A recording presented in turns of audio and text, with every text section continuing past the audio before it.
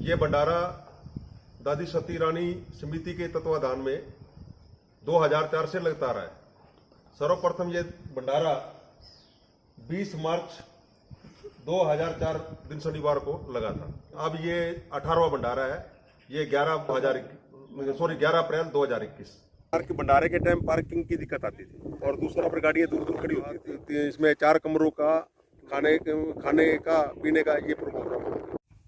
ये जो गेहूं है आपको मेरे लेफ्ट हैंड में दिख रही है, ये 3 कनाल अप्रोक्सीमेट 1800 गज जगह दादी सती रानी समिति ने दादी सती रानी के नाम से किस विषय के क्या देखते हुए आपने पार्क भंडारे के टाइम पार्किंग की दिक्कत आती थी। हाँ जी। तो ये रास्ता भिड़ा है, एक रास्ता चौड़ा हो जाएगा, आपस में 2 गाड़ियाँ क्रॉस नहीं कर सकती थी और दूसरा पर गाड़ियाँ दूर दूर खड़ी होती थी। किसी को बुजुर्ग को उसको मतलब दिक्कत होती थी, तो अब ये गाड़ी यहीं पे पार्क। सुनने में ये भी आया है कि यहाँ पे आप कुछ बनाने वाले हो, जैसे कह लो कमरे कह लो। बात इसमें 4 कमरों का लोगों ने सहयोग दिया है कि कोई यहाँ पे रहने के लिए अतिथि गृह बनाए। किस विषय को देख के बनाया गया है? उसकी हम क्या नाम है, ये नींव का पत्थर भंडारे पर रखेंगे। क्या किस विषय को देख के ये हमारे लिया गया? मैक्सिमम ज्यादातर 80-90% परिवार हमारे बाहर दूर दूर देश के विदेशों के दूसरे कोने में जाके बस गए हैं। अब वो जब अपनी मतलब जहाँ पे उनका जन्म हुआ है, वो यहाँ पे 1-2 दिन किसी को लगाने का मन करता है, लेकिन ये छोटा कस्बा है, इसमें ज़्यादा होटल की फैसिलिटी नहीं है। तो यहाँ पे उनके रहने की, रसोई का, खाने का पीने का ये प्रोग्राम करेंगे कि अपनी जगह पे आके 5-4 दिन जिसने रुकना है, 10 दिन रुकना है, अपना रुको, अपने घर जैसा महसूस करेंगे। यहाँ का एटमोस्फेयर बढ़िया है, आपने देखने पोल्यूशन रही शांति है।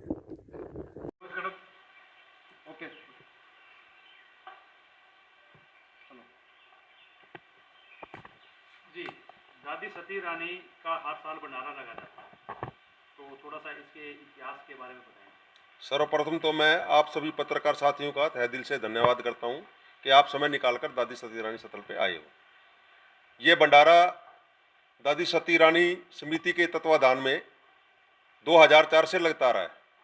सर्वप्रथम ये भंडारा 20 मार्च 2004 दिन शनिवार को लगा था और अब ये 18वां भंडारा है। ये 11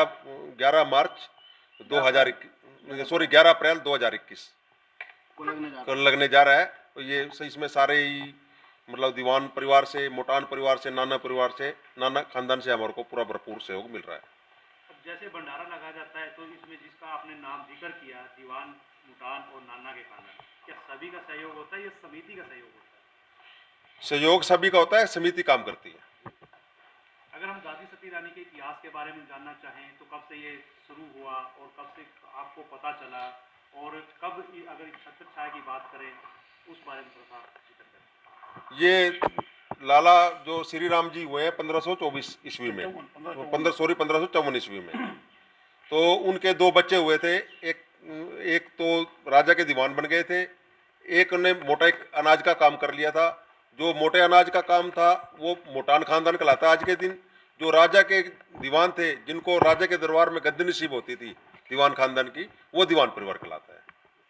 अब दादी सती रानी है, यहाँ पे समाधि दी गई थी, तो वो किस परिवार से आती थी, और आपको जब पता चला इस चीज़ के बारे में, जब इनके भंडारा लगा या इनकी मान्यता प्राप्त करी, उस बारे में थोड़ा बताएं। दादी सती रानी जो है ये मतलब श्री राम जी का लास्ट औलाद थी। 7 ये बहुएं थी, उन्होंने एक साथ यहाँ पे सती हुई थी।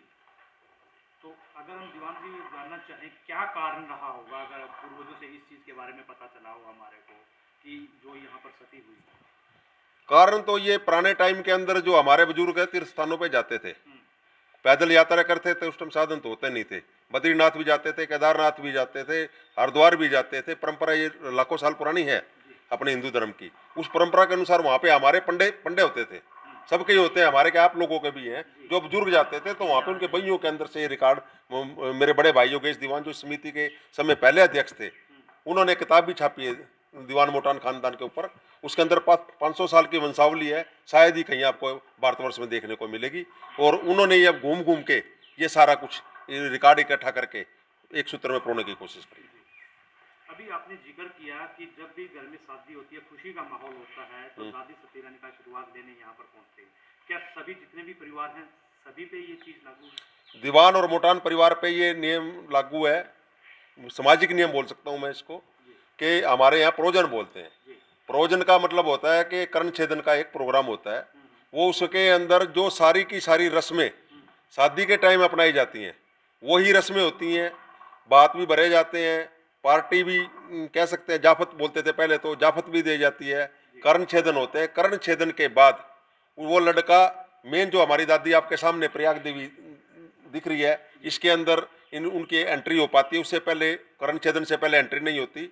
और जब कर्ण छेदन हो जाते हैं, दादी के अंदर भी एंट्री हो जाती है उनकी, और आगे जाके मतलब उसकी शादी हो पाएगी।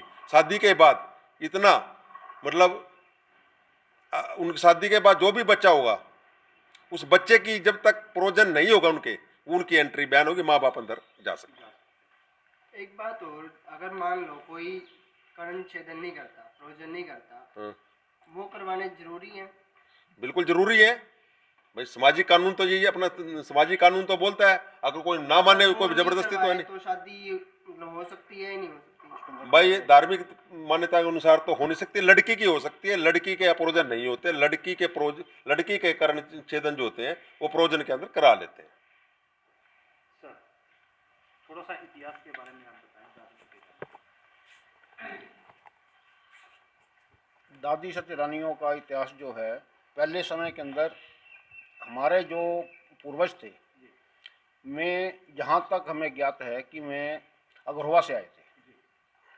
अग्रवा से आकर यहाँ स्पीडो के अंदर में बसे थे, शहीद हो गए थे। और उनकी बॉडी यहाँ लाकर उनको जो बहुएं थी, वे सारी बहुएं यहाँ पर सती हुई थी।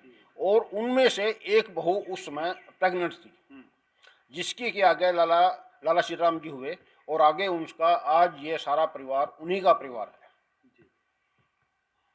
तो जो भंडारा लगाया जाता है ये हर साल लगता है चैत्र की? ये 2004 से कंटिन्यू ही भंडारा लगाया जा रहा है, और चैत्र की अमावस को ही लगता है।